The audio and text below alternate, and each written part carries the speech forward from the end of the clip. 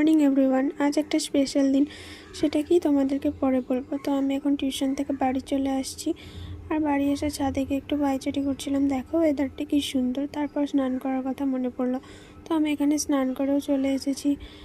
দেখো তারপর আমি ঘুমিয়ে নিয়েছিলাম, একটু ঘুমিয়ে ওঠার পর আমি টিউশন যাওয়ার জন্য রেডি হয়ে নিয়েছি।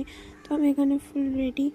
তারপর আমি টিউশন যাচ্ছি। টিউশন যাওয়ার জন্য আমি দরজাটা লাগিয়ে দিলাম। তারপর আমি সঙ্গে সঙ্গে টোটো পেয়ে গিয়েছিলাম। টোটোতে উঠে আমি আমার বান্ধবীর কাছে যাচ্ছিলাম, সেও যাবে আমার সঙ্গে। তারপর আমি বাড়ি চলে এসেছিলাম, আর আমরা বলছিলাম না ঘুরতে যাবো, তো আমরা ঝাড়খণ্ড যাচ্ছি, তাই আমি এখানে রেডি হয়ে নিয়েছি। আর এই যে বাসের মধ্যে আমরা 3জন বসে আছি, আর বাসও যাচ্ছে। তো চলতে চলতে সকাল হয়ে গেল, আর সকালে হয়ে আমরা দেখো চলে এসেছি শিবঘাটি ধাম। তো এখানে এই সিঁড়িগুলো সব পেরিয়ে আমাদেরকে এখন মন্দিরে যেতে হবে। তো আমরা মন্দিরে চলে এসেছি। মন্দিরে খুব একটা ভিড় ছিল না, এই দেখো চারিদিকের ভিউটা। তারপর আমি এখানে পুজো দিয়ে দিলাম, মানে যা যা করতে হয় সব কাজগুলো করলাম। জল দিলাম, ফুল বেলপাতা সব কিছু দেওয়ার পর ধূপকাঠি দেখিয়ে দিলাম।